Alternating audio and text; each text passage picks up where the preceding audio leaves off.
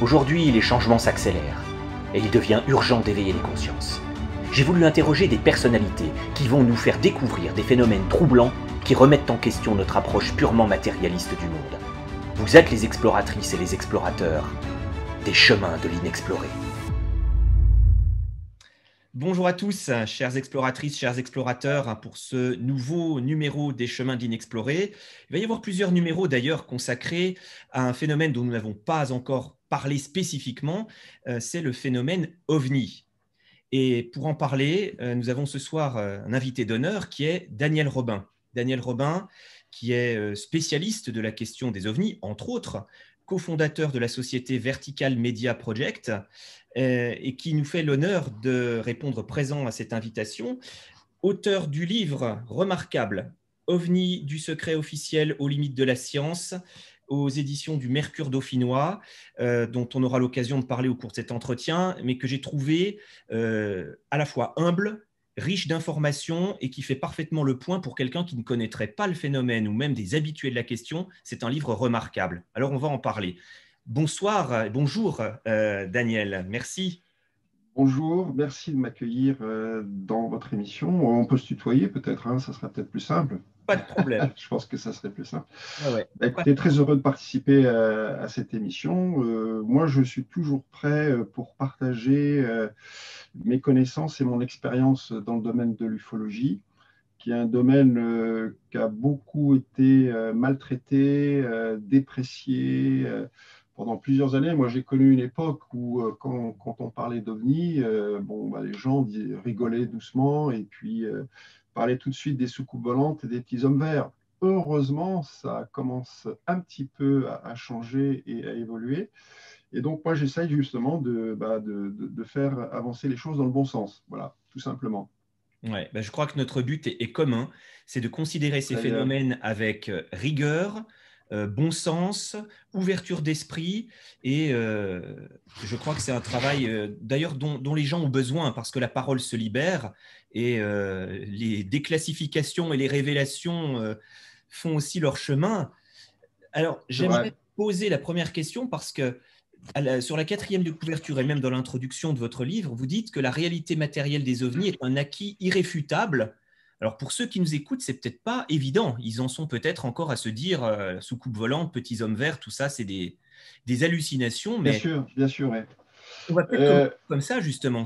Donc il n'y a plus à discuter de la réalité du phénomène ovni. C'est bien ça. Tout à fait. En fait, l'ufologie, j'ai l'impression qu'on est en train d'arriver à une nouvelle phase dans l'étude des ovnis, l'ufologie, hein, et que, voilà, maintenant, on passe à autre chose. Alors, les débuts de l'ufologie en France, ça remonte aux années 50, 60, 70. Bon, c'était l'époque des pionniers, hein, l'époque des Joël Ménard, des Gildas Bourdet, des Jacques Vallée, des Jean-Gabriel Grillet. Ben voilà, c'était des gens qui ont, je dirais, déblayé le terrain. Joël Ménard a fait énormément d'enquêtes. C'est lui qui a dirigé la revue Lumière dans la nuit, dans laquelle étaient publiées ces enquêtes. Donc, le dossier OVNI, je dis souvent aux gens, parce que parfois on a l'impression qu'on nous cache des choses par rapport à ce phénomène, qu'on nous dissimule des choses. Certes, il y a des choses qui sont pas données au public, mais il y a quand même beaucoup d'informations. Il y a énormément d'informations concernant le phénomène OVNI. Rien qu'en France, enfin moi j'ai une bibliothèque là qui a plusieurs milliers d'ouvrages, je dois avoir plusieurs centaines d'ouvrages consacrés uniquement au phénomène OVNI. Rien qu'en France. Et sans compter les revues, sans compter je veux dire les sites internet. Bon, il y en a des dizaines et des dizaines. Donc l'information est là. On a énormément d'informations concernant le phénomène OVNI. Le dossier OVNI est très volumineux. On a énormément de données. Moi, j'enquête sur ce phénomène depuis les années 80. Donc, ça va faire 40 ans que j'enquête sur ce phénomène. Et donc, on a accumulé, nous aussi, alors tout ça est enregistré sur une base de données informatisée. Donc, on a enregistré une quantité énorme d'informations concernant ce phénomène. Donc on commence à avoir, je dirais, une bonne image, un bon portrait robot, je dirais, de ce phénomène. Et donc ce phénomène, oui, ce phénomène existe, c'est réel, ce n'est pas quelque chose qui naît dans l'imagination des gens, ce n'est pas une rumeur qui se propage dans la société, comme le prétend l'hypothèse sociopsychologique. Les gens n'ont pas des hallucinations, parce que ça ferait beaucoup d'hallucinations, des millions de gens qui souffriraient de symptômes hallucinatoires. Donc c'est un phénomène qui est bien réel et qui est matériel. Pourquoi est-il matériel? Premièrement parce qu'il est détecté par les radars civils et les radars militaires. En plus, sa manifestation obéit aux lois de l'optique classique, c'est-à-dire que lorsque l'objet passe dans le ciel et que le soleil reflète sa lumière sur l'objet, on voit que l'objet il brille en fonction de la position du soleil. Donc c'est bien un objet matériel, ce n'est pas quelque chose qui est complètement évanescent. Bon, on a eu beaucoup dans les années 70, 60-70, ce qu'on appelle des rencontres rapprochées du troisième type, c'est-à-dire des rencontres où l'objet se posait au sol. Donc ça pouvait être une soucoupe volante, ça pouvait être toutes sortes d'objets. Et il y avait des entités qui sortaient de l'objet qui parfois pouvaient entrer en interréaction avec le témoin. Et ces objets, en se posant au sol, laissaient des traces. Donc, qui dit trace dit forcément objet matériel. Bon, les deux cas les plus célèbres, c'est Valensole, donc dans un champ de lavande, et puis il y a aussi le cas à Renato, là c'était Trans-en-Provence. Trans-en-Provence, voilà, Trans-en-Provence, où on avait une belle trace circulaire au sol qui a été bien étudiée par le GEPAN à l'époque. Donc on a des traces au sol. On a des effets physiques aussi sur les machines. Bon, on sait que les ovnis, lorsqu'ils peuvent perturber le fonctionnement des objets qui utilisent l'électricité ou l'électromagnétisme, hein, les moteurs de voitures, les radios, les télévisions, les ordinateurs. Donc, c'est un phénomène physique et matériel et réel. Ça, c'est quelque chose qui ne peut plus être mis en doute. Ça serait vraiment absurde de dire le contraire maintenant. Il y a vraiment énormément de preuves qui vont dans ce sens. Donc ça, c'est un acquis. Bon, une fois qu'on a dit ça, voilà, en fait, les choses commencent, je dirais. C'est là où ça commence à devenir intéressant. Donc, à mon avis, l'ufologie a dépassé ce stade, hein, c'est ce que je dis dans mon livre. On n'est plus là les ufologues ne sont plus là pour apporter la preuve que les ovnis existent. Maintenant, on a les preuves suffisantes et abondantes qui montrent que ce phénomène existe. Donc maintenant, il faut poser de nouvelles questions.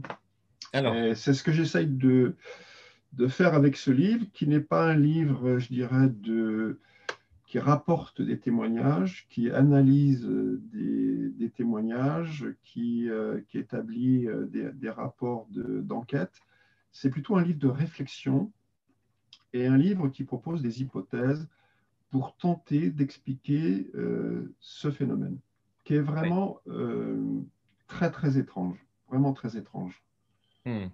Voilà. Alors, si on vous suit, bien sûr, la réalité matérielle des ovnis semble incontestable. Il y a par ailleurs des images qui circulent, qui sont officielles, qui ont été, on a pu voir des objets faire des manœuvres qui échappent à toute explication dans l'état actuel de nos connaissances, hein, des informations, des images prises par des pilotes de l'armée américaine. Donc, tout ça existe.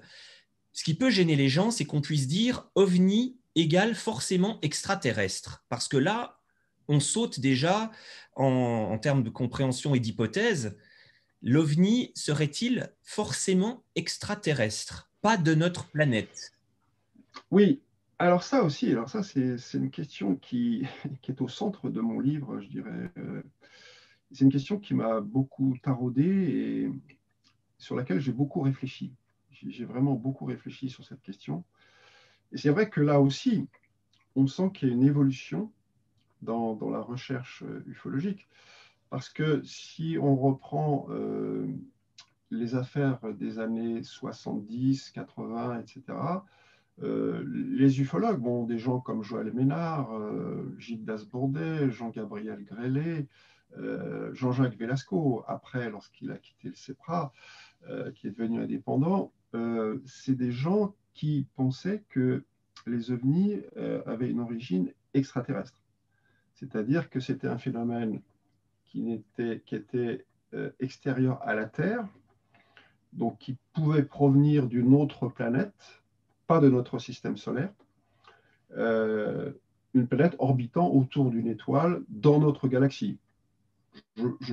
Peut-être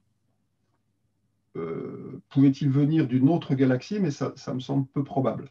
Je pense que déjà, si on se limite à notre galaxie, qui comporte entre 200 et 400 milliards d'étoiles, donc là, on a quand même pas mal de possibilités.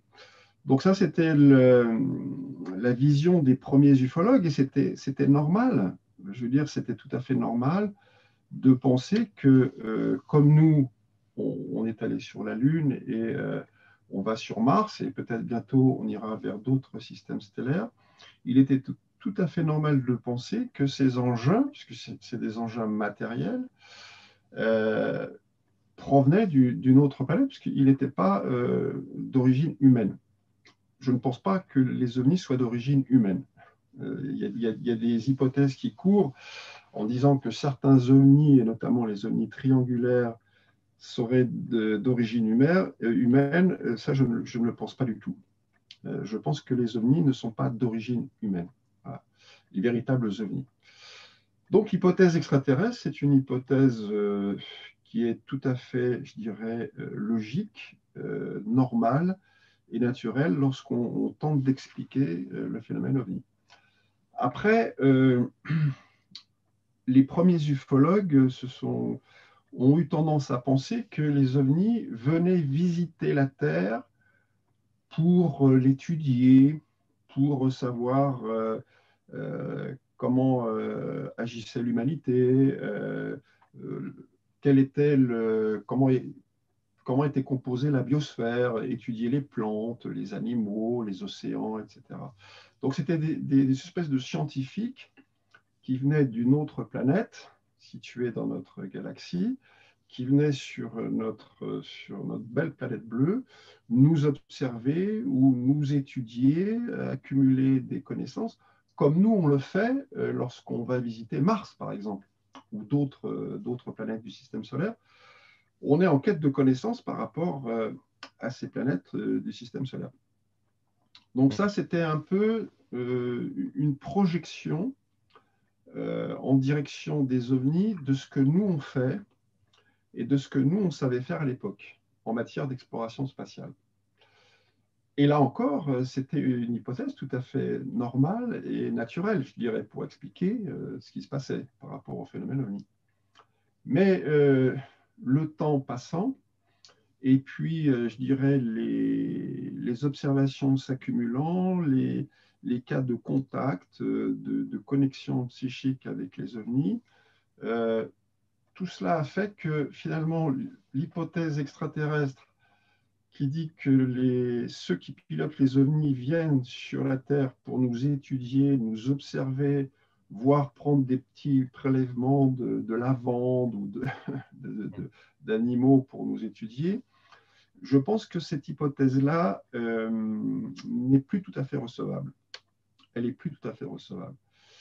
Parce que si on admet que les ovnis sont des engins qui sont pilotés par des entités intelligentes et conscientes qui sont beaucoup plus en avance que nous, il leur faut pas 40 ans, 50 ans ou 60 ans pour étudier la faune et la flore de notre planète. Ça fait belle lurette qu'ils l'auraient déjà fait. Ils n'auraient même pas eu besoin de se montrer, ils auraient pu être totalement discrets. Or, les ovnis ne sont pas toujours très discrets, bien au contraire. On a eu beaucoup de vagues, il y a des ovnis gigantesques qui ont survolé des régions entières, il y a eu des centaines de témoins. Donc voilà, cette hypothèse extraterrestre, alors je n'y renonce pas, je n'y renonce pas, mais je pense qu'il faut la revoir, l'approfondir et l'affiner. C'est pour ça que dans mon livre, j'expose l'hypothèse extraterrestre au premier degré, ce que j'appelle HET1, et puis l'hypothèse extraterrestre élargie, que j'appelle HET2, hypothèse extraterrestre élargie au deuxième degré. Voilà. Et là, ça commence à devenir intéressant. Ça commence à devenir intéressant parce qu'il faut tout revoir nos schémas de pensée. Il faut tout revoir ce qu'on a mis comme modèle d'interprétation et comme grille de lecture du phénomène OVNI. Il faut vraiment aller plus loin. Il faut vraiment aller plus loin. Et puis, pousser la réflexion jusqu'aux limites. Jusqu'aux limites. C'est pour ça que le sous-titre du livre, c'est « Aux limites de la science », c'est-à-dire tout en se basant sur des connaissances scientifiques, on essaye d'aller le plus loin possible, vraiment aux confins et aux limites de la science. Voilà, c'est ça que j'ai essayé de faire dans ce livre. Et je propose une hypothèse extraterrestre élargie au deuxième degré. Voilà. Alors, on peut parler. On y viendra. J'aimerais déjà quand même que nous nous interrogions. J'ai été frappé dans votre livre de voir à quel point ce phénomène OVNI suscite autour de lui un mélange d'information et de désinformation. Oui. Ce qui rend le phénomène encore plus élusif et comme si le phénomène s'organisait pour à la fois se montrer sans se montrer. Comment Alors, vous c'est pas tellement le phénomène lui-même qui. Alors, votre question est en fait, il y a deux aspects dans votre question. Il y a la question du phénomène qui est lui-même, comporte en lui-même sa propre négation. C'est ce que disait Jacques Vallée d'ailleurs. Il disait que ce phénomène porte en lui sa propre négation et se nie lui-même en quelque sorte pour se protéger. Bon, c'est vrai qu'on a eu affaire à des cas complètement absurdes. On se dit, c'est pas possible qu'une civilisation évoluée, je veux dire que des entités se comportent comme ça, et que le phénomène lui-même aussi se comporte de cette façon, parfois de façon complètement illogique par rapport à nos standards logiques à nous. Il faut toujours relativiser les choses. Donc le phénomène en lui-même comporte, et c'est vrai ce que tu dis, une part de désinformation. Alors est-ce que c'est volontaire ou involontaire? Je pense que c'est volontaire. Par contre, il y a un autre aspect de la désinformation qui est plutôt lié aux humains, c'est-à-dire, et surtout par rapport aux autorités. Et là, c'est une question extrêmement complexe et ambiguë, et ça touche à ce que j'appelle la question du secret. En fait. Dès le départ, avec le phénomène OVNI, on a eu cette dimension du secret. Du secret, bon, on l'a bien vu aux États-Unis. Si on prend l'affaire de Roswell, par exemple, bon, on a eu une affirmation et 2 jours après, on a eu une information complètement contraire. Et à chaque fois que les gens observaient des choses, il y avait toujours quelqu'un qui disait, un scientifique, mais non, le témoin a confondu ce qu'il a vu avec un lever de planète, une conjonction planétaire, enfin voilà. Et là, c'était la véritable désinformation. Mais en même temps, et c'est ça qui est quand même assez curieux, on avait quand même accès à beaucoup d'informations. C'est-à-dire que on était confronté, on est toujours confronté d'ailleurs, à un mécanisme subtil. Il y a de l'information, mais en même temps, il y a de la désinformation. On donne des informations, mais en même temps, on ne dit pas tout. Ou alors les informations qu'on donne ne sont pas complètement vérifiables, ne sont pas totalement fiables. Il y a plusieurs cas comme ça, où il y a des gens qui viennent souvent des services secrets ou des services de renseignement qui divulguent des trucs pas possibles. Et puis, mais par contre, ils ne citent pas leurs sources. Ah, on a reçu des microfilms, on a reçu des photos, voilà, donc je vous les donne, mais attention, c'est secret, il ne faut pas le dire. Bien sûr, les ufologues, ils s'empressent de les publier, de le dire. Et voilà, donc il y a ce jeu extrêmement subtil entre l'information et la désinformation. Je crois que quelque part, c'est voulu. Parce que on distille à petite dose, à dose homéopathique, l'information. Ça, on pourra peut-être y revenir. C'est ce que j'appelle l'hypothèse du système d'apprentissage. Et donc, on habituerait petit à petit les gens à l'idée que, bah, oui, la Terre est visitée, oui, l'univers est peuplé d'une multitude de civilisations intelligentes et que ces gens viennent nous voir. Voilà. Bon. Et peut-être qu'on ne peut pas le dire de but en blanc comme ça au journal de 20 heures. Ça pourrait peut-être déstabiliser les institutions ou le statu quo social. En tout cas, les informations existent et elles sont distillées dans les sociétés, dans la population. Et ce que je trouve frappant, c'est que là, donc, on enregistre cette émission à la veille de l'arrivée sur Mars de ce robot Persévérance qui est censé détecter des petites traces de vie Oui, éventuelles. C'est quand même un énorme décalage entre d'un côté les activités des agences spatiales et puis de l'autre le fait que nous soyons visités par des extraterrestres plus évolués avec des machines et autres.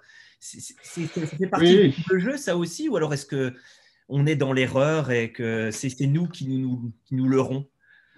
c'est très étrange. Oui, c'est très étrange. Oui, alors moi, j'en suis arrivé à la conclusion, en fait, que l'agence spatiale américaine, la NASA, parce que c'est surtout la NASA qui, jusqu'à présent, a envoyé des fusées dans l'espace. Bon, c'est elle qui était à l'origine de la conquête de la Lune. Donc la NASA aurait, je dirais, deux visages. Il y aurait une vitrine, une espèce de vitrine tout public, où tout le monde pourrait y trouver son compte. Donc c'est la conquête spatiale, c'est les cosmonautes, c'est la Station spatiale internationale. C'est pas mal, hein. Enfin, moi, j'aime bien cet aspect conquête spatiale. Euh, alors, on ne parle pas d'OVNI, on ne parle pas d'extraterrestres, hein. Là, c'est un sujet tabou, hein. Et puis, l'autre visage de la NASA, c'est la NASA, et c'est là où Edgar Mitchell, justement, entre en scène, si je veux dire, c'est que la NASA est forcément informée de ce qui se passe dans notre système solaire. Ça ne peut pas être autrement.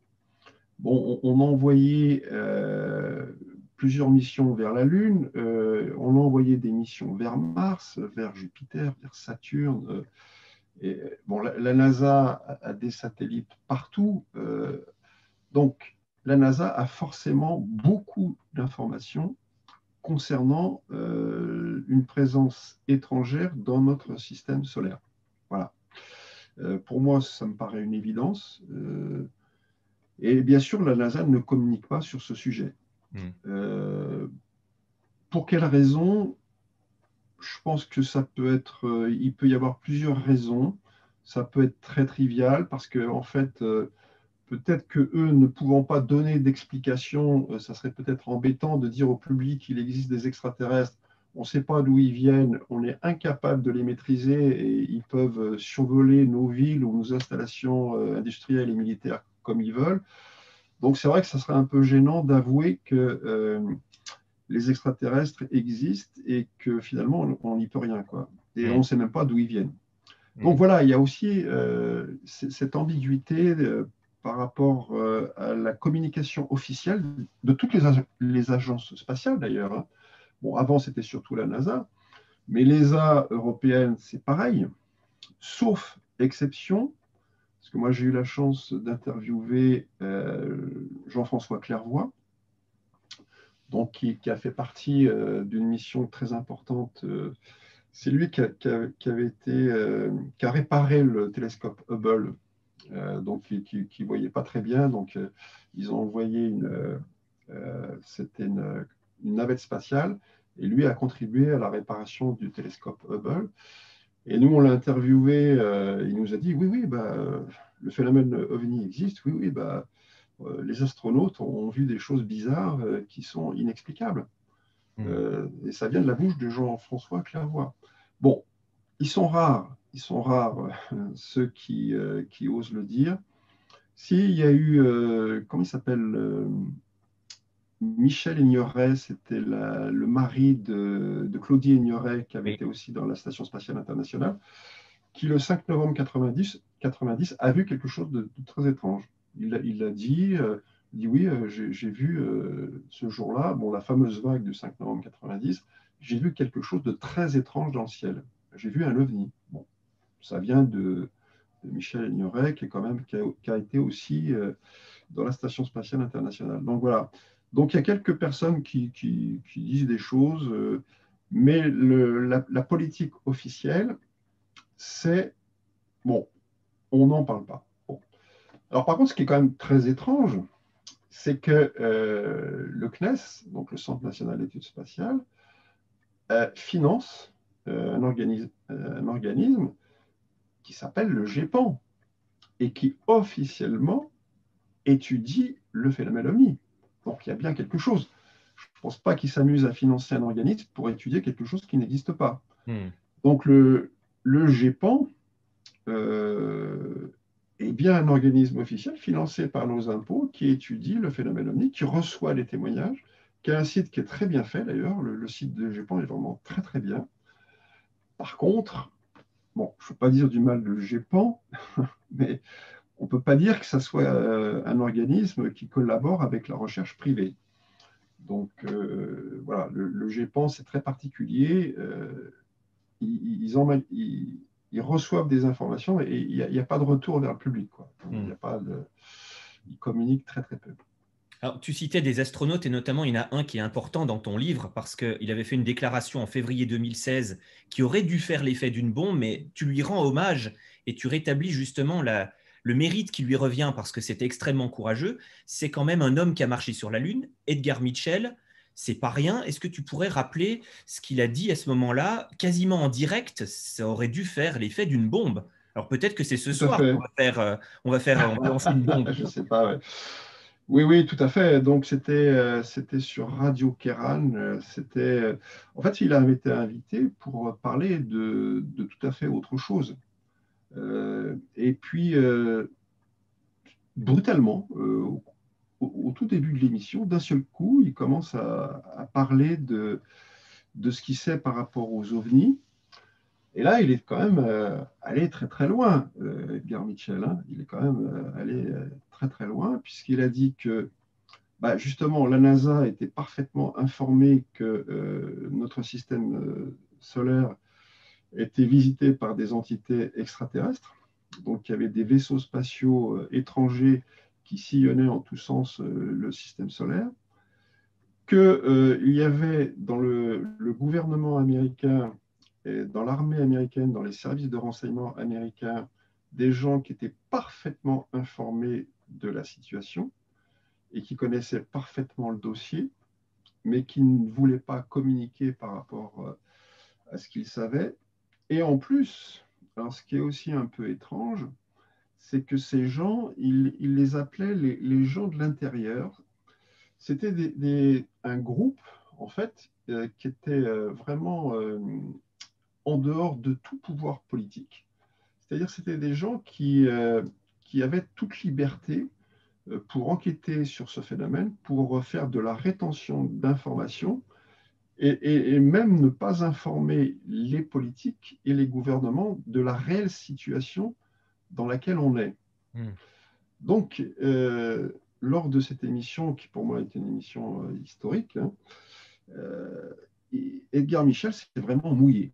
C'est vraiment mouillé. Alors bon, il n'était plus en activité, il coulait des jours paisibles dans son ranch, il était à la retraite. Mais enfin, bon, il est quand même allé très loin. Et donc, alors, je re-entends le, le commentateur qui disait, c'est pas possible, c'est pas possible. Qu'est-ce que vous dites? Qu'est-ce que vous dites? Le présentateur lui-même, je ne me souviens plus le nom du présentateur, c'était un présentateur célèbre, n'en revenait pas que Edgar Mitchell fasse en direct des révélations aussi monumentales, enfin, venant de la part d'Edgar Mitchell, bon, comme tu l'as dit très justement, bon, c'est quand même un héros national. C'est lui qui est allé dans l'espace plusieurs fois. Bon, c'est lui qui était lors de la mission Apollo 14. Enfin voilà, bon, c'était vraiment une personnalité exceptionnelle. Livre au public ces informations. Normalement, ce qu'il a dit ce jour-là aurait dû avoir l'effet d'une bombe médiatique. Ça aurait dû être repris sur tous les journaux, sur toutes les radios, on aurait dû en parler au niveau mondial. Curieusement, et je ne sais pas pourquoi, ça reste pour moi encore un mystère, il y a un autre mystère, mais c'est celui du rapport Cometa, mais on pourra peut-être en reparler aussi. Ça a fait un flop. Il y a juste, si je me souviens bien, il y a celui qui avait été chargé de la recherche sur les ovnis en Angleterre, qui s'appelle Nick Pope, qui avait travaillé pour les services de renseignement anglais, qui gérait toute la partie ovni, qui le lendemain avait posté un article sur Internet en disant oui, Edgar Mitchell avait été très courageux de faire ces révélations et voilà, on entre dans une nouvelle ère de l'ufologie. Enfin, bon, effectivement, on semblait que les choses allaient enfin se dénouer et qu'on allait avoir accès à des informations. Or, il ne s'est rien passé. Et ça a fait un flop. Et ça n'a pas été relayé par les médias mainstream. C'est vrai. Alors, ça fait du bien peut-être de rappeler cet élément ce soir. Ça permet de bien recadrer les choses, hein, que ce soit au niveau de l'existence effective, matérielle des ovnis, le fait qu'il y ait eu des témoins quand même, j'allais dire, dignes de confiance, dignes de foi. Et alors, dans le livre, il y a quand même des choses qui m'ont vraiment étonné, pas simplement des hypothèses, mais on va dire des suggestions, des constats. C'est que la technologie au XXe siècle s'est accélérée, nous avons fait des progrès extraordinaires, et tu sous-entends que, par exemple, les microprocesseurs, fibres optiques, les visions nocturnes, tout ça viendrait peut-être d'une étude de débris d'ovnis qui auraient été étudiés dans le plus grand secret aux États-Unis ou ailleurs. Est-ce que tu peux alors, c'est la rétro-ingénierie, c'est ça? Tout à fait, oui, tout à fait. Ça aussi, c'est une question qui est assez importante et que j'essayais de creuser le plus possible. Et effectivement, bon, ça part d'une affaire qui est quand même très très importante, c'est l'affaire de Roswell. Ouais. Donc l'affaire de Roswell, donc bon, je ne vais pas refaire l'historique, tout le monde le connaît, et puis il y a beaucoup d'articles qui sont publiés sur Internet. Le meilleur spécialiste de Roswell, c'est Gildas Bourdet en France. Gildas Bourdet, qui est un ufologue maintenant un peu âgé et qui a écrit plusieurs livres sur ce sujet et qui apporte vraiment des preuves très très solides en faveur de l'hypothèse qu'un engin extraterrestre, un disque volant, s'est écrasé au Nouveau-Mexique en 1947. Ce disque, il y avait des créatures, il y avait 4 créatures à bord de ce disque. 3 seraient mortes, une aurait été récupérée vivante, mais serait morte par la suite. Et donc les militaires américains ont bouclé la zone, bien évidemment. Ont tout nettoyé, ont emporté le disque, enfin ce qui restait du disque. Et puis, bien évidemment, ils l'ont étudié vraiment, ils l'ont désossé, ils ont essayé de comprendre comment ça fonctionnait. Alors, je ne suis pas certain qu'ils aient tout compris. Je ne suis pas certain qu'ils aient compris comment fonctionnait le disque de Roswell, parce que c'est quand même une technologie qui, selon moi, est quand même très, très en avance sur la nôtre. Très, très en avance sur la nôtre. Alors, il y a Gildas Bourdet qui a écrit plusieurs livres sur Roswell, et puis il y a surtout le colonel Philippe Corso, qui est décédé maintenant, qui a écrit quand même un livre, c'est un livre qui a été écrit aussi à deux mains. C'est un historien qui s'appelle Burns qui a repris les propos de Corso et qui les a mis en livre. Et ce livre, c'est Le jour d'après. Donc, qui est pour moi un livre absolument fondamental. Et Corso décrit, alors Corso, c'était quand même pas n'importe qui, hein. C'était un lieutenant-colonel qui était chargé de la recherche et développement au sein de l'armée américaine et qui avait des rapports très étroits avec les gouvernements de l'époque. Donc c'était vraiment quelqu'un qui avait un poste sensible et qui était au fait de beaucoup de choses, et notamment en ce qui concerne les ovnis. Et donc lui, il a géré, enfin il a géré, il a été très bien informé de ce qui s'est passé à Roswell, et notamment sur le fait qu'on avait récupéré une créature. Et il dit que dans son livre, on a récupéré des galettes de silicium. Des galettes de silicium, à l'époque, on ne savait pas ce que c'était. Donc, bien évidemment, les scientifiques américains, ils ont étudié ça de près. Et au bout de quelques mois, ils se sont aperçus que ces galettes de silicium, c'est celles qu'on a dans nos ordinateurs actuels, c'était des microprocesseurs, en fait. C'était des microprocesseurs. Donc, alors à l'époque, nous, on était encore aux transistors, hein, c'est-à-dire les transistors à lampe. C'est-à-dire que c'était des lampes, je ne sais pas si tu as connu les anciennes télévisions, enfin les premières télévisions, il n'y avait pas de transistors, c'était des lampes. Alors donc, quand ça pétait, pof, on changeait la lampe, puis ça chauffait, brrr, ça consommait un courant fou. Et donc, nous, nos ordinateurs, ils fonctionnaient toujours, enfin, à l'époque, ils fonctionnaient avec des lampes. Et donc, les scientifiques américains ont tout de suite compris que ce qu'ils avaient sous les yeux était quand même très important et que ça pouvait générer ce qu'on appelle l'ère numérique, c'est-à-dire les microprocesseurs. Bon, bien sûr, il y a eu immédiatement des applications militaires.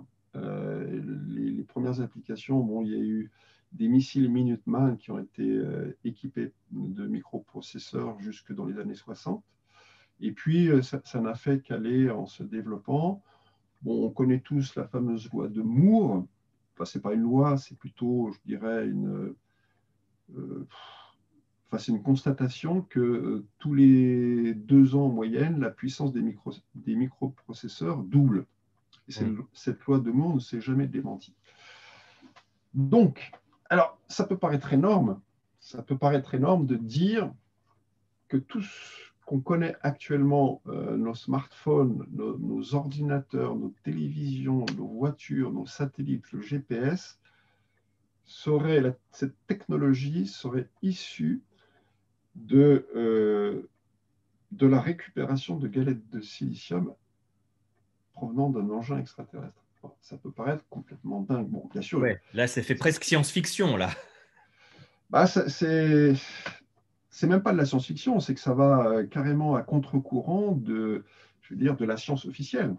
Officiellement, c'est William Shockley qui a inventé le premier microprocesseur. Bon, après, il y en a eu d'autres. Bon, normalement, alors c'est quand même assez bizarre, c'est que c'est une technologie qui est, comme on dit maintenant, totalement disruptive par rapport aux connaissances de l'époque. Et en l'espace de quelques mois, on voit apparaître des microprocesseurs. Donc, on a fait un bond technologique. Enfin, si on s'en tient à la science officielle, on aurait fait un bond technologique très important en l'espace de quelques mois, au plus de quelques années.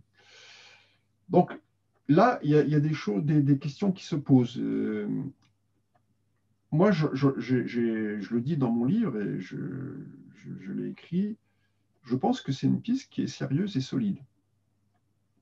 Bon, je n'ai pas toutes les preuves en main, mais je pense que c'est possible. Je pense que c'est possible que toute notre technologie numérique, qui ne fait que s'accroître, que se développer, a pour origine une origine non humaine. Ça me paraît assez possible. Voilà. Après, il n'y a pas que les microprocesseurs, il y a aussi la fibre optique, il y a la vision nocturne, le Kevlar, enfin bon, il y a tout un tas les matériaux à mémoire de forme aussi. Il y a tout un ensemble de technologies qui ont été ce qu'on appelle exactement la rétro-ingénierie, effectivement. Donc, on a étudié cet engin et puis on a essayé de refaire ce qu'on avait récupéré. Je crois qu'on n'a pas tout compris. Par contre, il y a un truc qui est assez bizarre, c'est qu'on a récupéré des galettes de silicium, mais qui dit galettes de silicium et microprocesseurs dit ordinateur. On ne parle pas d'ordinateur extraterrestre. Normalement, bon, un ordinateur, il y a carte mémoire, système entrée-sortie, enfin, tous les composants habituels d'un ordinateur, avec au cœur le microprocesseur. Là, on ne parle pas, même Corso n'en parle pas. Il ne dit pas, oui, on a trouvé une étrange boîte, et cette boîte, ça pourrait être un ordinateur. On n'en parle pas. Il y a deux possibilités. Soit il n'y avait pas d'ordinateur, soit ils ont récupéré l'ordinateur, mais ils ne l'ont pas dit, ce qui est aussi possible. Ou soit ils ont récupéré quelque chose, ils n'ont pas compris ce que c'était, ce qui est aussi possible. Parce que je pense que, bon, nous, on est encore... là aussi, il y a quelque chose de bizarre, parce que pourquoi des galettes de silicium? Pourquoi des microprocesseurs? Nous, on est en passe d'inventer les ordinateurs quantiques qui vont dépasser les ordinateurs au silicium, les microprocesseurs, qui sont arrivés à leur limite de miniaturisation. Hein. On ne pourra pas descendre en dessous de 5 nanomètres en ce qui concerne les microprocesseurs. Donc là, on est en train, et il y a certains ordinateurs quantiques qui commencent à fonctionner. Donc une civilisation qui serait beaucoup plus en avance que nous aurait déjà parfaitement maîtrisé la technologie des ordinateurs quantiques. Donc normalement, on n'aurait pas dû récupérer des microprocesseurs. Tu vois, il y a quand même des choses qui sont quand même assez bizarres là-dedans. Ouais. Bon, c'est une piste à suivre. J'ai une piste, mais je pense que ça ne peut pas faire l'objet de cette émission. J'ai une hypothèse. Ça fera l'objet d'un livre qui paraîtra en mai, et ça en surprendra plus d'un. Bon, alors c'est bien, on est alléché pour en savoir plus.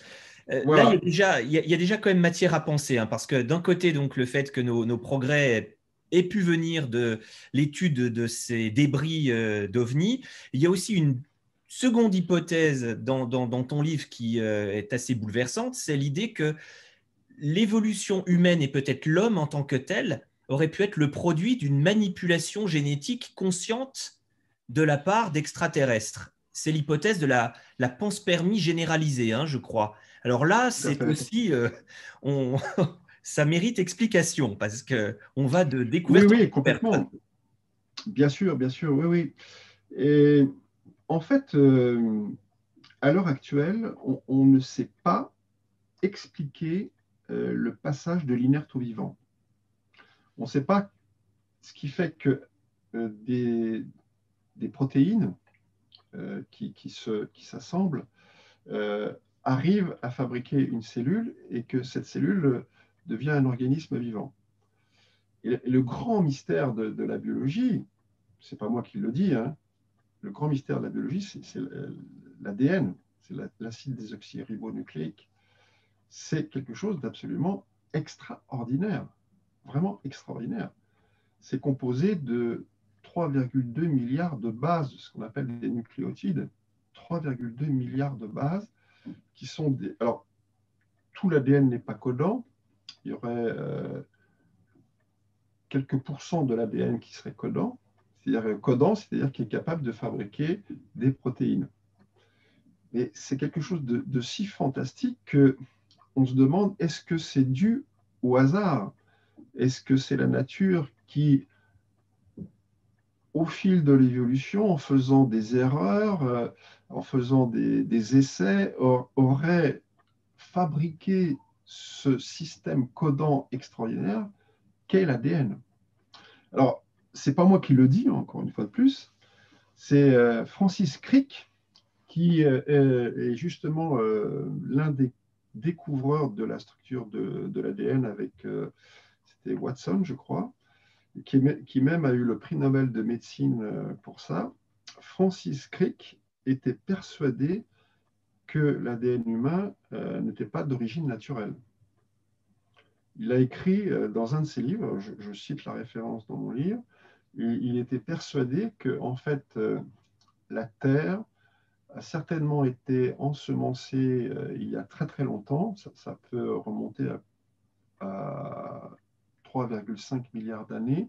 C'est la date à laquelle on situe à peu près l'origine de la vie sur Terre, a été ensemencé par, alors ça peut être un vaisseau spatial, ça peut être une sonde automatique qui portait des spores ou des germes ou peut-être quelques cellules, et la Terre aurait été ensemencée par un vaisseau spatial d'origine extraterrestre.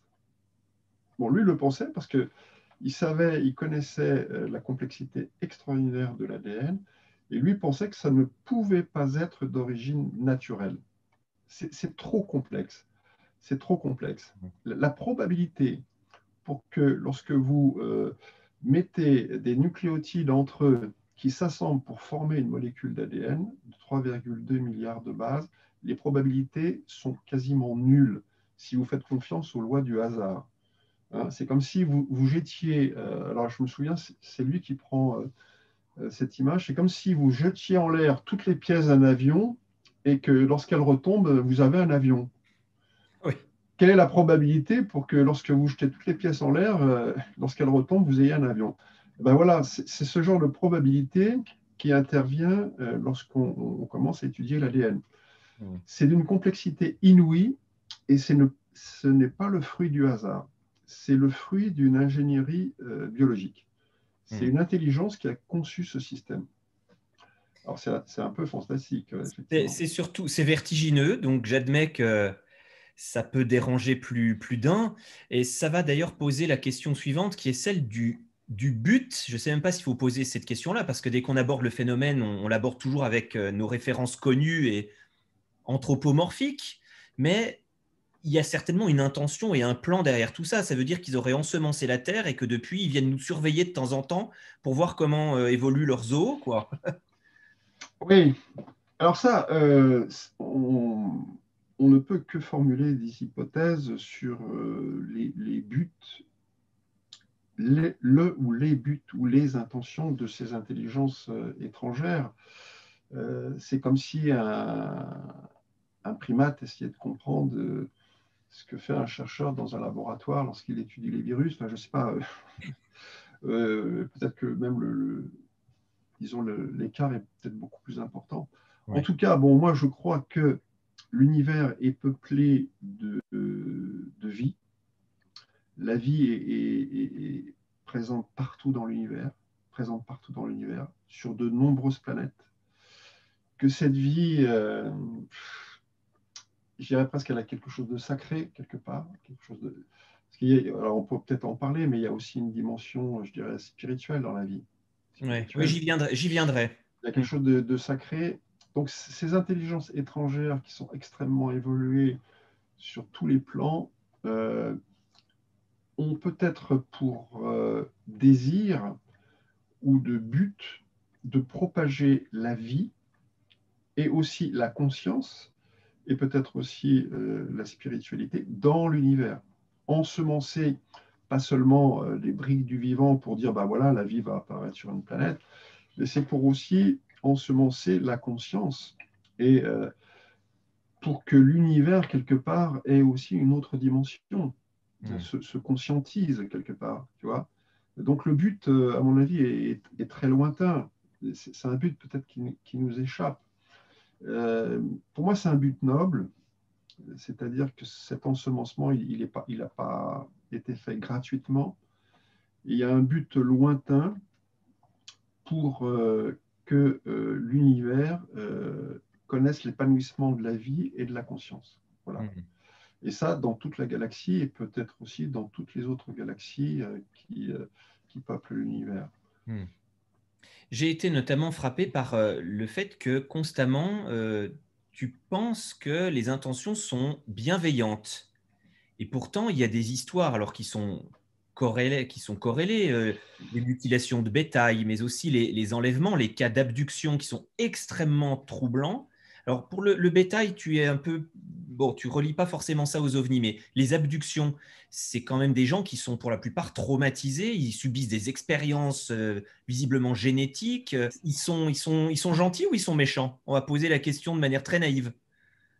Alors bon, on va couper la question en plusieurs tranches. Bon, sur les mutilations animales, j'ai écrit un livre qui s'appelle Mutilation animale, ovni, empire secret. Je pense que les mutilations animales ne sont pas d'origine extraterrestre, ce sont d'origine humaine. Bon, j'explique pourquoi dans le livre, ça pourrait faire l'objet d'une autre émission. En ce qui concerne les abductions, donc ce qu'on appelle les rencontres rapprochées du 4e type, dites où il y a des enlèvements, entre guillemets, parce qu'en fait, on ne sait pas trop ce qui se passe. On a des faits. Ce qui est assez troublant, c'est qu'à partir des mêmes faits, on peut tirer des conclusions totalement différentes. D'ailleurs, tu as au moins 2 écoles. En gros, tu avais l'école de John Mack, Oui. dont je fais partie, donc, qui a écrit un livre qui est absolument passionnant, dans lequel il relate justement des expériences d'abduction.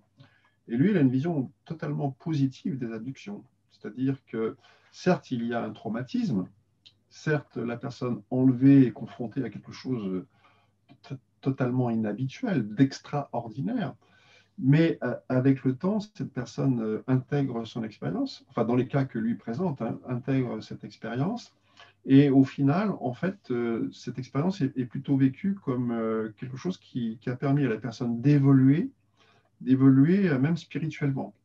Et John Mack dit que c'est un facteur d'évolution spirituelle, les rencontres rapprochées du 4e type.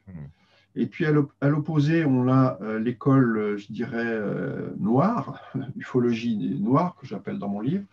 C'est David Jacobs, qui lui, à partir des mêmes faits des enlèvements, en déduit l'inverse, c'est-à-dire que lui, il pense que la Terre subirait, comment dirais-je, une agression et que les terriens seraient petit à petit remplacés par des êtres hybrides. Parce que c'est vrai que dans les abductions, on a parfois des épisodes où on présente la personne enlevée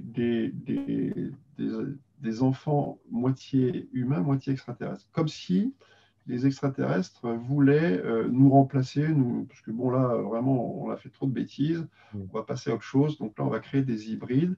Et alors ça, c'est la vision de David Jacobs, qui, rappelons-le, travaille essentiellement à partir de la régression hypnotique. Oui. C'est-à-dire que ces méthodes sont un peu controversées. Et voilà, bon. Moi, je pense pas que... Alors, d'une façon plus globale, je ne pense pas que le phénomène OVNI soit belliqueux ou agressif, bien qu'il y ait des épisodes regrettable, il y a eu des incidents, effectivement. Bon, la couverture de mon livre, oui, c'est justement l'accident du pilote. Voilà, que je montre de nouveau. Voilà, c'est Thomas Mantle, hein, c'est le fameux cas de... Voilà. Donc en fait, à bord de son avion, il a voulu poursuivre une sphère qui était quand même très très grosse, et il est allé aux limites de la technologie de son Mustang. Bon, c'était un avion à hélice à l'époque, et bon, en fait, son avion a explosé et puis tous les débris ont été éparpillés sur une grande surface. Bon, on ne peut pas dire que c'est l'OVNI qui a détruit l'avion de Mantel. Je pense que Mantel a été imprudent et qu'il a dépassé les limites techniques de son avion. Voilà. Bon, pourquoi les ovnis ne sont pas agressifs? Bon, moi, j'ai fait des dizaines d'enquêtes sur le terrain, interrogé des dizaines de témoins. Aucun ne m'a dit j'ai été agressé par un ovni, j'ai été poursuivi par un ovni qui m'a voulu du mal, etc. Jamais. Jamais. 0%. 0% d'agression. Au contraire, tous les témoins disent c'était fantastique, j'ai vu un truc extraordinaire, j'aimerais bien en revoir, c'était merveilleux, c'était grandiose, ça m'a élevé, j'ai une autre vision de l'univers. Donc, les retombées sont extrêmement positives pour les témoins. Donc voilà, c'est simplement le constat des faits. Les ovnis ne sont pas agressifs et belliqueux. Et si vraiment ils l'avaient été, on ne serait plus là pour en parler. Oui. Ils nous auraient déjà éliminés. C'est un argument, vu l'avance technologique, on peut se douter qu'ils ont des armes, si jamais ils ont encore des armes, parce qu'on reviendra aussi au fait Ils ont encore que... des armes. Voilà. Alors, il y a quand même un cas, alors tu n'en parles pas dans le livre parce que c'est un cas tout comme Roswell qui est quand même assez connu, mais j'aimerais bien que tu t'exprimes un petit peu sur l'affaire de Valençol parce que ce brave Maurice Mas a quand même été paralysé par ces petits êtres je crois que c'est en 65, hein, deux petits êtres dans un champ de lavande en train d'étudier la lavande, et puis lui, il arrive et il se fait paralyser par un rayon. Une histoire absolument incroyable, l'histoire de Valençol. Qu'est-ce que tu en penses de cette histoire-là? Qu'est-ce qu'elle Oui, démontre? alors Valençol, c'est vraiment un cas emblématique qui, qui est vraiment, je veux dire, le cas français de rencontre rapprochée du troisième type, qui a été très bien étudié. Bon, il faut savoir qu'à l'époque, tout de suite, la gendarmerie est allée sur le terrain. Tout de suite, la gendarmerie a fait des relevés d'empreintes, parce qu'il y avait des traces au sol, hein. Il y avait, donc c'était un engin qui avait 3 pieds, donc on a vu les 3 pieds posés dans le sol, parce que le sol était un petit peu mouillé, donc ça a laissé des traces dans le sol. Et puis au centre, il y a une espèce de tube qui est descendu dans le sol avec, tac, des petites protubérances latérales. Et donc, les gendarmes ont pu reconstituer, si tu veux, la forme du tube avec les petites protubérances latérales qui sont rentrées dans le sol. Donc, c'est un cas qui est extrêmement bien documenté. Il y a un rapport de gendarmerie énorme sur ce dossier. Le témoin a été interrogé des dizaines de fois. Et donc, c'est le cas classique des rencontres rapprochées de cette époque, c'est-à-dire que à l'époque, on avait beaucoup de disques. Alors, ce n'était pas tout à fait un disque, c'était une espèce de ballon de rugby. Ça avait une forme un peu ovoïde, hein, avec une coupole sur le dessus. Et il y a deux êtres qui sont descendus, 2 ou 3 êtres qui sont descendus de cet ovni, qui visiblement étaient en train de farfouiller au sol. Bon, l'interprétation qui a été donnée, c'est qu'ils cueillaient des plants de lavande. On n'en sait rien en fait, hein. Bon, c'est vrai que ça s'est passé dans un champ de lavande, mais on ne sait pas s'ils étaient là pour récupérer des plants de lavande pour les étudier ou si ils faisaient autre chose. En tout cas, bon, ils semblaient intéressés par la lavande. Et puis arrive Maurice Mas, donc c'était au petit matin, donc lui, ça devait être, je sais pas, c'était en été, il devait être 6 heures du matin, 6-7 heures du matin, il arrive, il voit ça.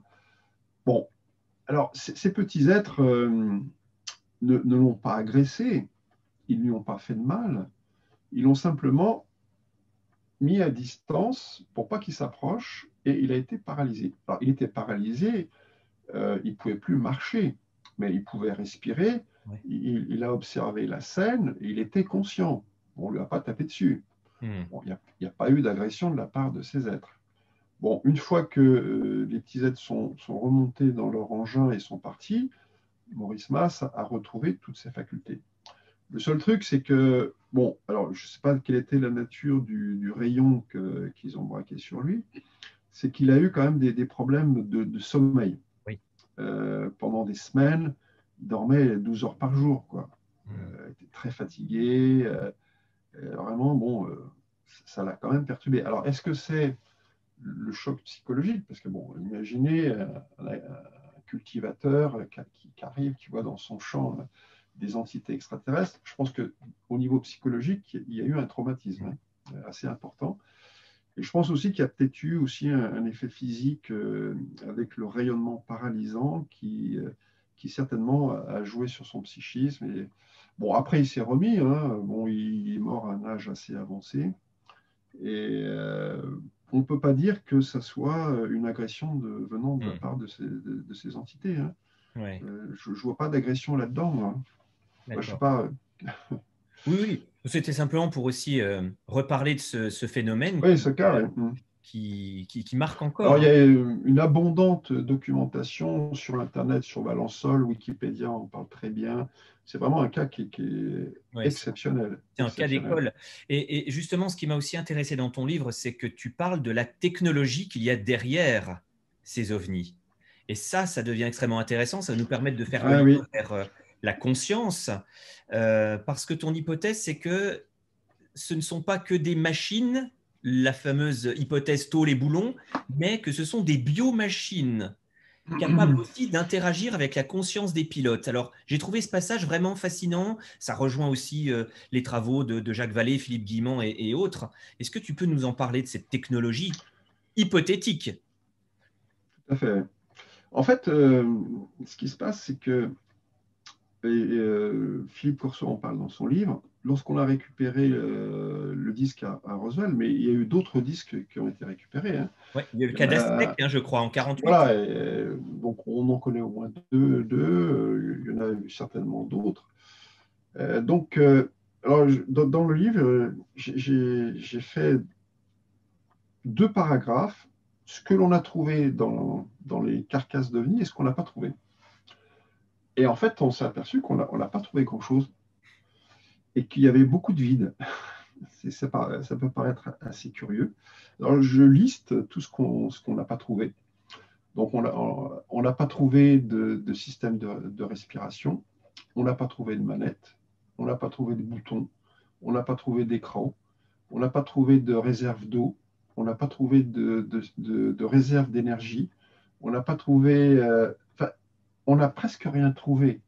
Alors, on a trouvé des galettes de silicium, on a trouvé des fibres optiques, mais en fait, on a surtout trouvé une coque, des sièges, et sur les appuis de ces sièges, on a trouvé des marques avec 3 doigts ou 4 doigts, comme si les pilotes devaient mettre les doigts dans ces marques-là, tu vois. Et on aurait trouvé aussi, c'est ce que dit Corso dans son livre, on aurait trouvé un bandeau. Un bandeau, et les pilotes de ces engins avaient aussi une combinaison qui était très ajustée au corps, très très bien ajustée au corps. Ça faisait comme Corso utilise le terme de seconde peau. C'est comme si c'était une peau qui recouvrait tout le corps, une deuxième peau qui recouvrait tout le corps. Alors, la question qu'on se pose, c'est bon, d'où venait l'énergie de ces ovnis? Où sont les moteurs? Où étaient les moteurs? On n'en sait rien. Pas de moteur, pas d'énergie. Alors par contre, on sait que la coque était faite avec des métamatériaux. Et ça, bon, il y a eu des révélations assez récentes, notamment faites par Al Puthoff, qui dit qu'on aurait récupéré des morceaux de disques et en les analysant, on se serait aperçu que c'était des matériaux très, très particuliers qui ont des propriétés physiques qui ne sont pas celles des matériaux classiques, ce qu'on appelle des métamatériaux. Et donc, la coque de l'engin était faite de métamatériaux. Donc, on se dit, bon, comment cela pouvait-il fonctionner? Comment cela pouvait-il fonctionner? Et donc, alors, il n'y a pas que moi qui émets cette hypothèse, c'est-à-dire que le bandeau, la combinaison et le fait de faire corps avec le vaisseau, ça veut dire qu'à un moment donné, le pilote et l'engin ne font qu'un. C'est-à-dire qu'on a affaire à une entité biomécanique. Donc, ce n'est pas simplement un pilote qui est dans une machine, c'est une machine qui devient quasiment vivante et qui obéit quasiment instantanément à la pensée du pilote. Nous, on commence un petit peu à le faire. Oui. Bon, je cite dans mon livre quelques exemples où on essaye de faire piloter des avions de chasse par la pensée, mais c'est pas facile. C'est pas facile. Il faut bien avoir les idées claires et puis pas s'embrouiller psychiquement. Donc, je pense que ces êtres qui sont quand même très évolués maîtrisent parfaitement leur pensée et leur psychisme. Et peut-être même, et bon là je vais très loin, c'est pas complètement absurde que l'OVNI fonctionne avec l'énergie psychique des pilotes. Et ça, il y a plusieurs, comment dirais-je, plusieurs faits et plusieurs enquêtes qui m'amènent à cette conclusion. C'est-à-dire que c'est des entités qui ont une force psychique extraordinaire. Il y a plusieurs témoins qui ont eu des contacts psychiques avec les ovnis qui m'ont dit, notamment bon, un cas qui s'est déroulé à Nantes, le témoin m'a dit, mais ils ont une force psychique absolument colossale. Bon, nous, on a une certaine force psychique. Il y en a même qui sont capables de déplacer des objets avec cette force psychique. Bon, dans mon livre, je prends l'exemple du spiritisme, où les gens se réunissent autour d'une table pour faire tourner la table. Pour moi, ce n'est pas les esprits, hein, c'est la force psychique des participants qui fait lever la table et qui fait la déplacer. Bon, imaginez des entités qui aient cette force psychique, mais multipliée par 1000 ou par 10 000. Donc, elles seraient capables de faire déplacer ou de déplacer un engin très léger. Parce qu'en plus, les ovnis sont faits dans des matériaux extrêmement légers. C'est très, très léger et très résistant. Donc, il y a très peu de force d'inertie et les accélérations peuvent être très, très, très rapides. Donc voilà, bon, oui, je consacre quasiment tout un chapitre à la technologie des ovnis. Et là, je suis allé vraiment aux limites de la science, hein. Je suis vraiment allé aux extrêmes limites. Et c'est vrai que ça rejoint aussi le livre OVNI et conscience. Donc je pense que ce qu'on appelle une partie du hardware, c'est-à-dire toute la technologie que nous, on voit, par exemple, dans nos vaisseaux spatiaux. Si je montre l'image d'une navette spatiale américaine, il y a des boutons partout, en haut, en bas, sur les côtés, il y a des cadrans partout, des manettes, etc. Bon, eux, ça y est, ils ont dépassé ce stade, ils n'ont plus besoin de manettes, c'est dans leur psychisme. C'est-à-dire que tout ce qui était à l'extérieur, maintenant, est dans le psychisme de l'entité. Et c'est par la pensée qu'elle dirige son vaisseau et qu'elle fait marcher son vaisseau. Elle n'a plus besoin d'appuyer sur un bouton. Elle commande directement par la pensée. Voilà, tac, ça doit fonctionner comme ça. Il faut aller dans cette direction, il faut accélérer, il faut ralentir. Ça me semble assez logique. C'est d'autant plus logique que si on pense qu'ils sont capables de se dégager des contraintes matérielles et qu'ils atteignent l'espace psychique, ou alors on pourrait appeler ça le grand vide quantique, il n'y a plus de temps, il n'y a plus d'espace, ce qui fait que par la pensée, on peut se retrouver instantanément à l'autre bout de l'univers. Donc ça irait aussi, ça collerait avec ces hypothèses actuelles, audacieuses, hein. Oui, oui, oui, oui. Oui, c'est très audacieux. Oui, alors après, lorsqu'on a dit que l'OVNI pouvait être piloté par le psychisme de l'entité, par la conscience de l'entité, est-ce que cette entité, j'en parle pas dans mon livre, hein, c'est toi qui en parle, est-ce que si cette entité est très évoluée d'un point de vue spirituel, et si elle a accès à d'autres dimensions, est-ce qu'elle ne serait pas capable aussi de transporter ce vaisseau dans d'autres dimensions? J'en ai pas parlé dans mon livre, mais c'est possible. C'est tout à fait possible, puisqu'on sait que la conscience, ou les êtres conscients sont des êtres multidimensionnels. Oui. Nous sommes des êtres multidimensionnels, c'est-à-dire que nous avons en nous pas seulement une dimension spatio-temporelle, mais on a d'autres dimensions. Toutes les traditions spirituelles de l'humanité le disent. Donc, pourquoi ces êtres qui sont beaucoup plus en avance que nous n'auraient pas cette multidimensionnalité en eux, qui leur permettrait peut-être de se déplacer, peut-être pas quasiment instantanément, mais très rapidement d'un point à un autre, effectivement. Oui. Et c'est vrai que dans mon livre, alors ça aussi c'est intéressant parce que je me suis beaucoup intéressé au phénomène physique du mysticisme. Oui. Et je prends l'exemple dans mon livre de la lévitation. Sur Terre, on a des exemples de personnes qui, c'est des exemples qui sont extrêmement bien documentés, hein, de lévitation. De lévitation. Et c'est souvent chez les mystiques. Donc des gens qui sont déjà à un certain niveau de conscience, tu vois, qui sont capables de défier les lois de la matière.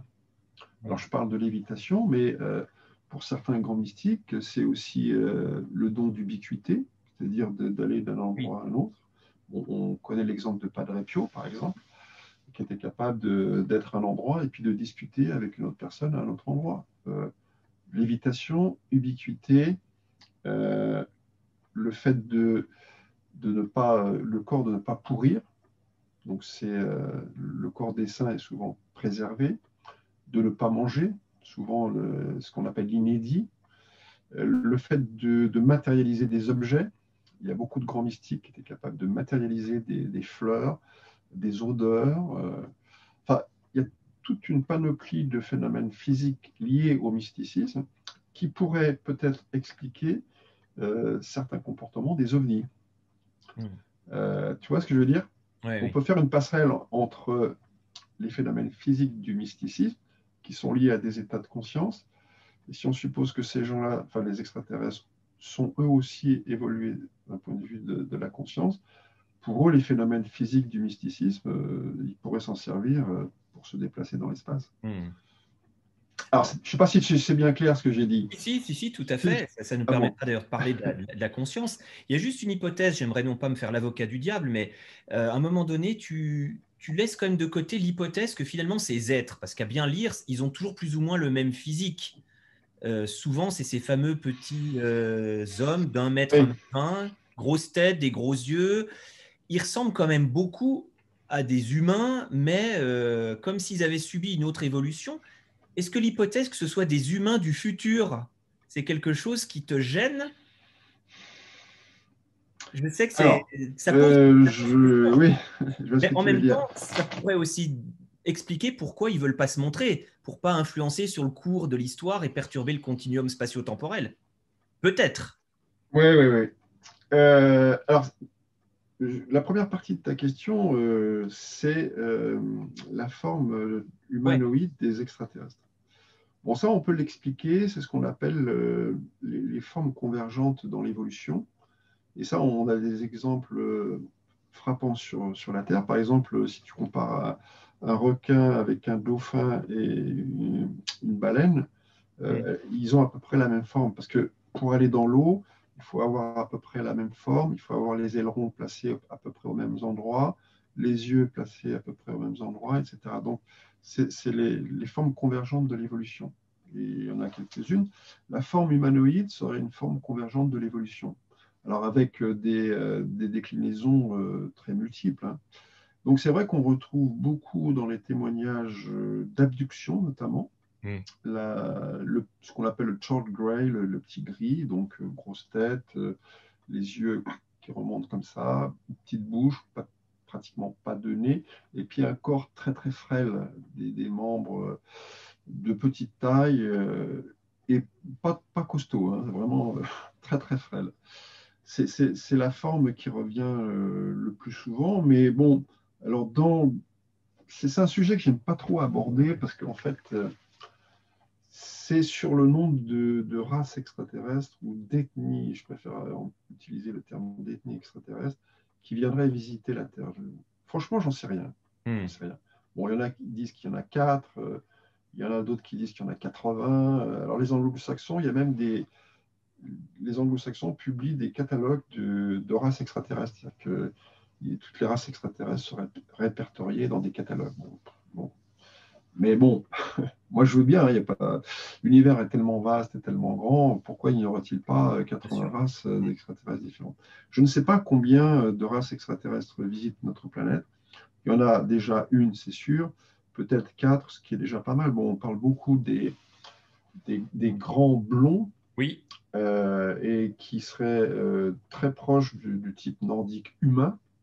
Donc, notamment bon, les humites. Bon, je ne parle pas trop du dossier humide, mais donc ça serait une race extraterrestre qui serait très proche ce qui pourrait expliquer d'ailleurs que nous, on leur ressemble, puisque si c'est eux qui nous ont ensemencés, forcément, ils ont reproduit la forme humaine. Bon. Mm.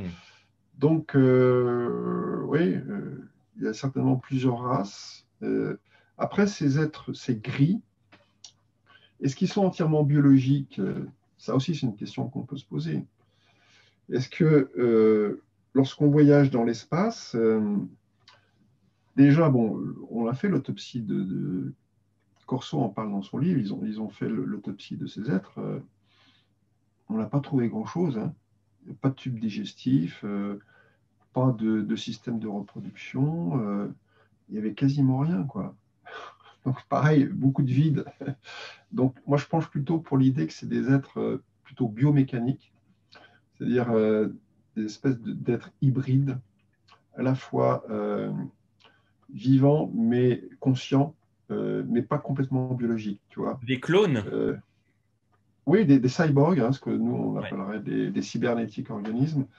C'est-à-dire, et ça, bon, nous, c'est ce qu'on voudrait faire, c'est-à-dire bon, implanter des puces dans le cerveau, changer les bras, changer les jambes, changer les yeux. Enfin, bon, ça, c'est l'évolution classique, mais en gardant toujours la conscience. C'est-à-dire que c'est pas des machines, hein, c'est pas des IA, hein, c'est pas des ordinateurs intelligents, c'est des êtres biologiques améliorés, voilà, avec voilà, qui font corps avec leurs machines.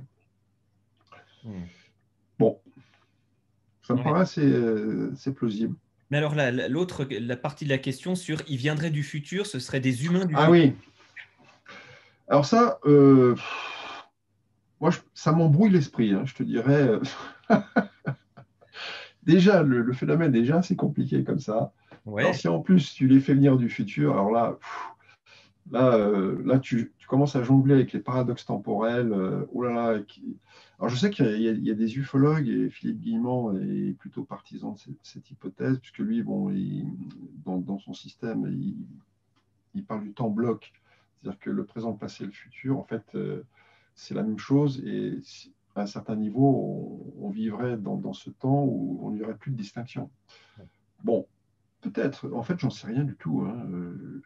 Bon, ils sont là, ils ont des machines, ils sont conscients, ils sont intelligents, ils sont beaucoup plus évolués que nous.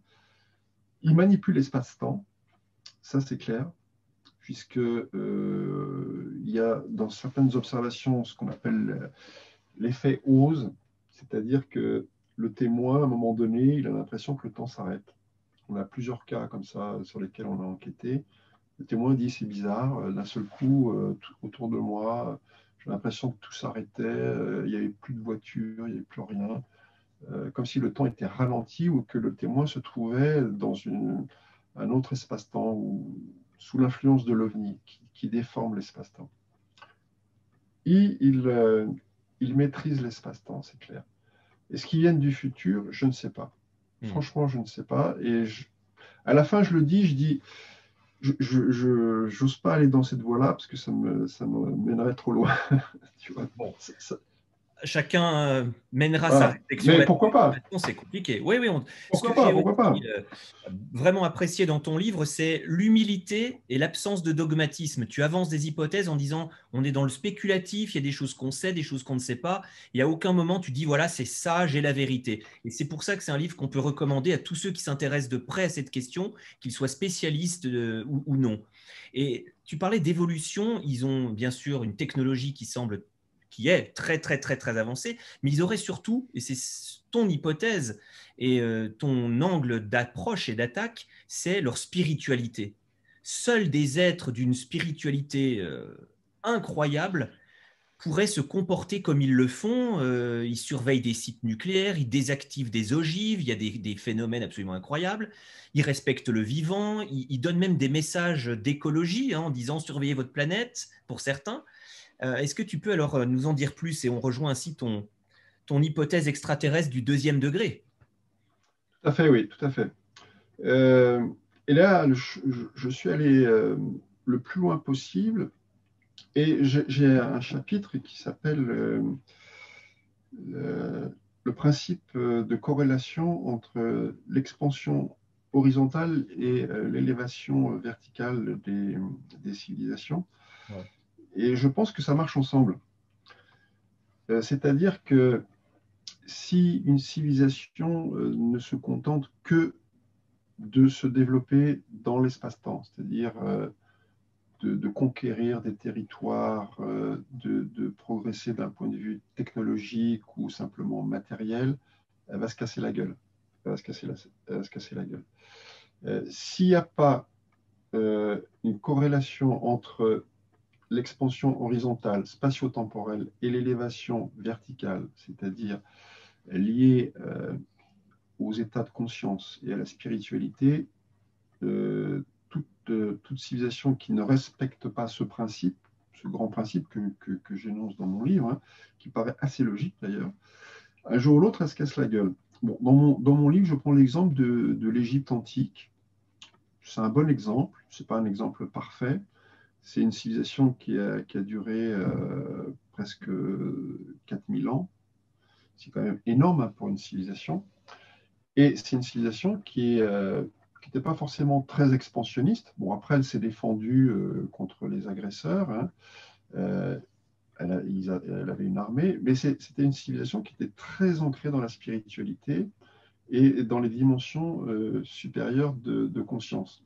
Bon, ils étaient très préoccupés par la mort, par ce qui se passe après la mort. Bon, il y a beaucoup de tombeaux. Les pyramides, alors les pyramides, est-ce que c'était des tombeaux? Est-ce que c'était autre chose? Enfin, la grande pyramide, pour moi, la grande pyramide de Khéops n'était pas un tombeau. D'ailleurs, on n'a jamais retrouvé de tombeau dans cette grande pyramide. Par contre, la civilisation égyptienne c'était une théocratie, c'est-à-dire que le pharaon était à la fois un roi et un prêtre. C'est quelqu'un c'était un initié, le pharaon, donc qui normalement avait une haute spiritualité. Donc, ce qui a permis à cette civilisation égyptienne de perdurer dans le temps et dans l'espace et de durer 3 ou 4 000 ans, tu vois. Alors, on a d'autres exemples à contrario, de civilisations, mais entre guillemets. Bon, par exemple, Hitler voulait fonder une espèce d'empire pour 1000 ans. Oui. Il disait, je vais créer une nouvelle race, un nouvel empire qui va durer 1000 ans. Mais bon, on sait ce que c'est. Ça a duré que quelques dizaines d'années. Parce qu'il n'y avait pas cette dimension verticale, spirituelle, reliée aux autres états de conscience. C'était quelque chose qui était, bon, c'était basé sur la violence, sur la domination, sur l'expansion matérielle, sur la soumission. Ça ne peut pas fonctionner. Ce genre de civilisation ne fonctionne pas.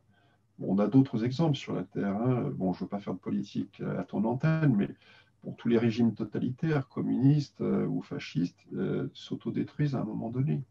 Donc il faut que les civilisations, lorsqu'elles veulent à la fois s'étendre dans l'espace et durer dans le temps, il faut qu'elles parviennent à un certain niveau de maturité psychospirituelle. Voilà. C'est ce que j'essaye de démontrer dans mon livre. En partant ce que j'appelle le principe CEHV, principe de corrélation entre l'expansion horizontale et verticale. Donc les extraterrestres, eux, ont respecté ce principe et ont réussi à passer alors, le stade critique du passage d'une civilisation de type 0, enfin j'en parle un petit peu dans mon livre. Jusqu'à présent sur la Terre, il n'y a eu que des civilisations de type 0. Alors 0, ça ne veut pas dire parce qu'elles étaient nulles, hein. C'était des civilisations protoplanétaires de type 0. Alors les Romains, c'était 0,50, la Renaissance, c'était 0,70, la civilisation industrielle, c'était 0,80, 90. Et là, on passe de devenir une civilisation planétaire de type 1. C'est pas moi qui le dis, hein. C'est une classification qui remonte aux années 60. Et c'est un astrophysicien russe, Kardashev, et un astrophysicien, un mathématicien anglais, Freeman Dyson, qui ont inventé cette classification des civilisations en 3 grands degrés, enfin 4 grands degrés, type 0, type 1 planétaire, type 2 stellaire, type 3 galactique. Voilà. Donc nous, on est au type 0 et on voit bien qu'on se dirige vers une globalisation, une mondialisation. Je ne parle pas du nouvel ordre mondial, hein, ça n'a rien à voir. Hein. Je ne parle pas des Illuminati. Non, c'est-à-dire que tout devient planétaire. Bien sûr. Tout devient le commerce mondial, la santé. Bon, le réchauffement climatique, c'est des problèmes globaux et généraux qui ne sont résolus qu'à l'échelle globale. Bon. Il faut qu'on marche tous dans le même sens. Même si on veut aller conquérir l'espace, ce n'est pas qu'une société de tel pays qui réussira à conquérir l'espace, c'est l'ensemble des pays qui pourront le faire. Et bon, on a l'exemple de la Station spatiale internationale qui est un très bon exemple. Donc, ces extraterrestres ont réussi à passer le cap difficile, qui est le passage d'une civilisation de type 0 au type 1, civilisation planétaire. Parce que, en fait, ce qui est critique, c'est le fait de maîtriser la technologie. En fait, on voit bien, bon, que ce soit... parce que, bon, nous, on est encore un petit peu dans l'esprit de domination. La technologie, ça sert à faire des armes pour essayer de conquérir des territoires, être plus fort que le voisin, etc. On est encore dans cette logique-là, nous, tu vois, avec la technologie. Et si on est encore dans cette logique-là, on va se casser la gueule, ça, c'est sûr. Donc, il faut passer le stade critique où la technologie ne sert plus à faire des armes pour détruire son voisin et puis le dominer, mais pour essayer d'évoluer tous ensemble dans le même sens. Voilà. Donc là, on passe au stade 1 de civilisation. Et peut-être qu'on va y arriver. Peut-être, c'est pas sûr. Peut-être qu'on va se casser la gueule, hein. C'est tout à fait possible. Peut-être qu'on y arrivera. En tout cas, ces civilisations extraterrestres ont passé ce cap critique du passage du type 0 au type 1 et sont certainement des civilisations de type 3, type galactique, qui ont ensemencé dans toute la galaxie. Pour moi, ça me semble assez évident. Hein. Voilà. Donc, et cela suppose, alors bien sûr, d'avoir une certaine évolution, une certaine sagesse, une certaine spiritualité, et puis une grande maîtrise de son psychisme, voilà. Et des autres dimensions de l'univers aussi. Oui. Alors, on a bien compris que là, chaque dossier permettrait de faire une émission à part entière, hein, que ce soit la technologie Oui. OVNI, les cas célèbres, le rapport à la conscience. Et on aura sans doute plaisir à t'inviter pour ton prochain livre au mois de mai. Ça sera un grand honneur. Ouais, ça va être quelque chose. Je pense, vu déjà les éléments qu'on entrevoit dans ce livre-là, ça risque de bien remuer. Mais j'aurais une dernière question. Est-ce qu'il y a des liens entre ces extraterrestres et puis nos dirigeants? Il y a parfois des hypothèses, des complots, pour ne pas utiliser ce terme, qui disent, mais il y a des accords secrets, hein, parce que c'est un mot que tu utilises aussi souvent dans ton livre. Est-ce que tu es partisan de cette thèse de gouvernement qui aurait lié des accords avec les extraterrestres et qui nous Oui, alors mentirait sur toute la ligne? Oui, alors je consacre un chapitre dans lequel j'expose différents degrés d'implication des autorités. Alors, en gros, les scientifiques, les militaires et les politiques, bon, ça marche ensemble, qui sont au sommet de la pyramide sociale. Et donc, j'expose 3 degrés différents d'implication, degré 0, degré 1 et degré 2. Donc, le degré 0, c'est que bon, il y a pratiquement pas d'interaction entre le phénomène OVNI et puis les militaires, les scientifiques et les politiques. Le degré 1, c'est qu'il pourrait y avoir des, comment dirais-je, pourquoi pas des rencontres, pourquoi pas des accords à un certain niveau entre les dirigeants des principales nations industrialisées de notre planète et certains visiteurs extraterrestres.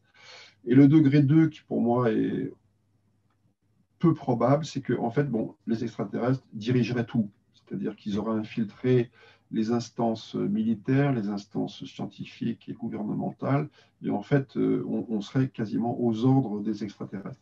J'y crois pas, hein. Mais il fallait bien situer 2 extrêmes, donc le 0 et le 2. Nous, on serait plutôt, enfin moi je pense qu'on est plutôt entre 0 et 1, peut-être assez proche du 1. En tout cas, bon, j'ai fait un schéma dans mon livre où au-dessus des militaires, des scientifiques et des politiques, je mets ce que j'appelle la cellule spéciale. Cellule spéciale. Bon, c'est ce que Edgar Mitchell appelle les gens de l'intérieur, c'est-à-dire qu'il existe sur cette planète, alors ça par contre j'en suis convaincu, il existe aux États-Unis, aussi en France, en Europe, certainement en Russie et dans d'autres pays, des groupements d'êtres, d'hommes, composés principalement de scientifiques, qui étudient activement ce phénomène, qui ont beaucoup d'informations sur ce phénomène, qui sont peut-être en relation avec ce phénomène et qui pourraient avoir des interactions avec ce phénomène. Alors dans mon livre, je cite, je consacre un paragraphe assez déroutant. J'ai rencontré quelqu'un, bon je peux dire son nom, hein, c'est Pierre-Gilles Belin. Oui, c'est un passage qui m'a effectivement dérouté. Voilà. Ouais. Ouais.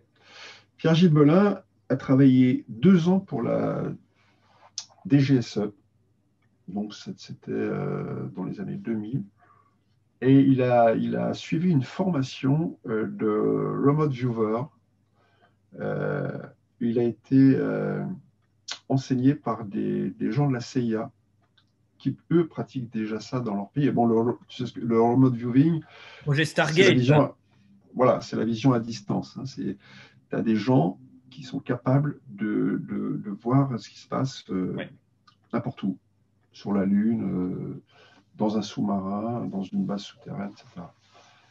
Donc, alors ça intéresse beaucoup les militaires. Tu comprends? Bon, les militaires américains ont beaucoup bossé sur ce sujet et aussi les militaires russes ont beaucoup travaillé sur ce sujet.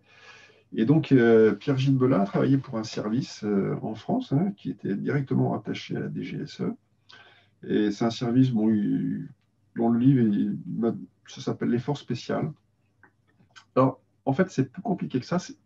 C'est pas Pierre-Gilles Belin directement, mais lui aurait été en contact avec quelqu'un, justement. Dans le livre, je dis qu'il aurait été en contact avec quelqu'un qui aurait bossé pour la DGSE.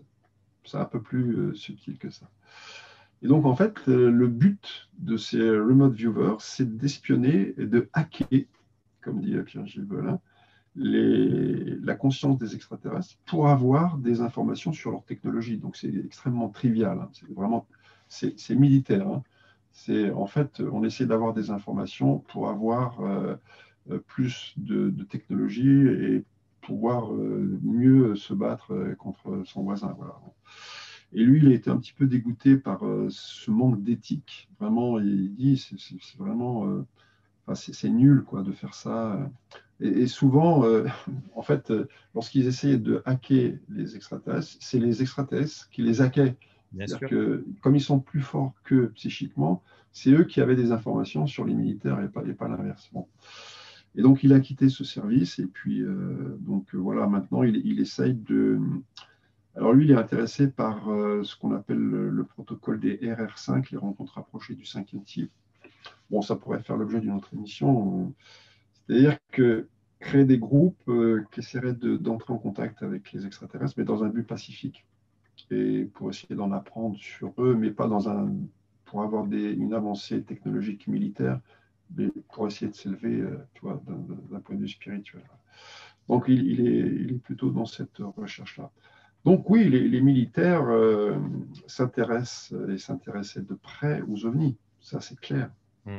Ils ne pouvaient pas faire l'impasse sur les ovnis, ce n'était pas possible.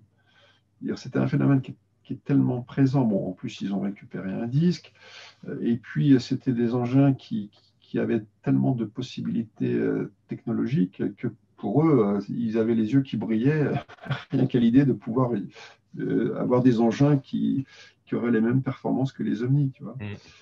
Donc, mais ils font fausse route, comme toujours les militaires font fausse route.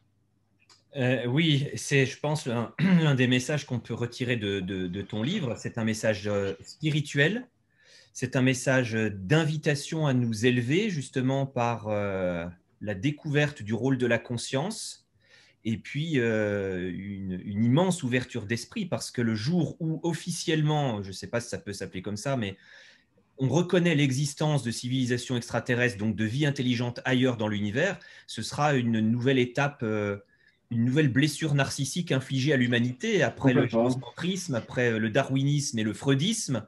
Ça sera la 4e étape où là, on saura que l'homme n'est vraiment pas au centre de tout. Et ça me semble logique d'ailleurs. Hein.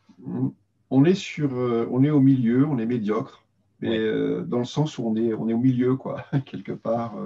Oui, comme tu dis, c'est la 4e blessure narcissique. Je connaissais cette formule, ouais. Oui, très intéressante. Ouais. Bon, en tout cas, on pourrait rester très très longtemps évoquer. Oui, merci, avec plaisir. Complexe, mais qui est vraiment passionnant dès lors qu'on l'aborde avec c'est à la fois l'humilité, l'audace, l'ouverture de conscience et puis aussi le côté disciplinaire. Donc c'est pour ça que je tenais encore une fois à te remercier pour cette contribution majeure dans ce livre que je recommande, OVNI du secret officiel aux limites de la science, avec d'ailleurs des préfaces très intéressantes de Gilles Pinon et Fabrice Bonvin. Oui, histoire intéressante, la préface de Gilles Pinon. Et oui, c'était vraiment un pionnier. Il a écrit qu'un seul livre, mais sur Fatima. Bon, on pourrait aussi parler de Fatima, mais exactement, oui. C'est un ouvrage majeur et il est mort prématurément. Bon, mais voilà. Moi, je suis un peu un disciple de Gilles Pinon, quelque part. Ouais. Voilà. Donc, c'est pour ça que j'ai. En fait, ce livre est la réédition d'un livre qui était beaucoup plus modeste, qui à l'époque, je l'avais auto-édité, qui n'a pas eu beaucoup de diffusion. Et là, bon, le Mercure dauphinois a accepté cette réédition très augmentée, hein, très, très augmentée. Et donc, voilà, ça a donné ce livre de 400 pages, voilà, avec la préface de Gilles Pinon, et je lui rends hommage. Voilà. Très bien. Bah, merci. Et là, on inaugure une série d'émissions qui, je pense, troublera, perturbera, questionnera, hein, puisqu'on parlera des abductions. On aura aussi l'intervention d'un psychologue, hein, qui est Nicolas Dumont, qui viendra analyser le phénomène des abductions. Excellent. Voilà. Donc, ce que je veux, c'est des intervenants de qualité sur ces questions pour bien, non seulement ouvrir les consciences, mais susciter aussi le débat. Donc, en tout cas, avec Nicolas, on est sur la même longueur d'onde. Oui, oui, oui. Tout à fait. Et on rappelle, hein, tu as cofondé cette société, hein, Vertical Project, avec l'ami Najib, qu'on salue, Najib Kari, qu'on aura sans doute prochainement sur la question des ovnis et du nucléaire. Hein, donc, oui, très bien. C'est un spécialiste de la question. Ouais. Voilà. Très, très bien. Voilà, très intéressant. Très content de proposer ces émissions à nos auditeurs, spectateurs. Merci Daniel. Très bonne émission. Merci à toi. Merci à tout le monde. À très bientôt. Merci, à très bientôt. Au revoir.